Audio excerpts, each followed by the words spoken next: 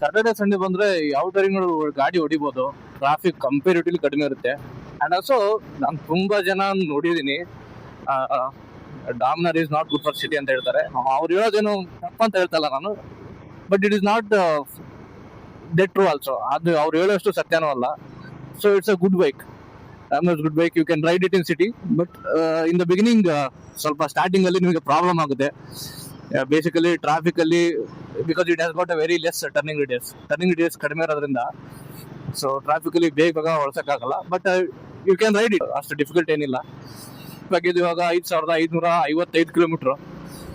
So till now ನನಗೆ ಡಾಮ್ನರ್ actually ತುಂಬಾ ಒಳ್ಳೆ ಅನ್ಸಿದೆ.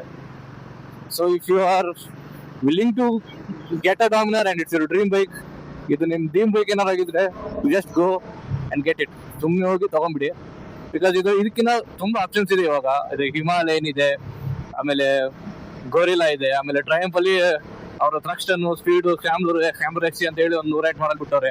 ಇವಾಗ ಯಾವ್ದೋ ಟ್ರೇಸರ್ ಅಂತ ಒಂದು ಬಿಡ್ತವ್ರೆ. So if you are Dominar fan, then you should definitely go for it. It's absolutely best power cruiser till ನಾವು. ಒಂಥರ ಇದನ್ನ ಹೈವೇಲ್ ತಗೊಂಡು ಹೋಗ್ಬಿಟ್ರೆ ನಿಮ್ಗೆ ಒಂದು ಒಳ್ಳೆ ಮಜಾ ಬರುತ್ತೆ. ಸ್ಟೆಬಿಲಿಟಿ, ಸ್ಪೀಡ್, ಆಮೇಲೆ ರಿಫೈನ್ಮೆಂಟ್, BS6 Phase 2 ಅಲ್ಲಿ ಇನ್ನೂ ಇಂಪ್ರೂವ್ ಆಗಿದೆ ರಿಫೈನ್ಮೆಂಟ್ ಎಲ್ಲ.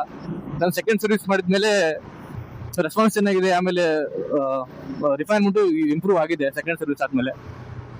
ಮೈಲೇಜ್ ಎಲ್ಲ ಸೇರಿ ಇನ್ ಸಿಟಿ ನಾವು currently I am getting, you can see ಇವತ್ತು ಅಷ್ಟು ಟ್ರಾಫಿಕ್ ಇಲ್ಲ, but still it is showing average fuel consumption 30 ಸಿಟಿಲಿ.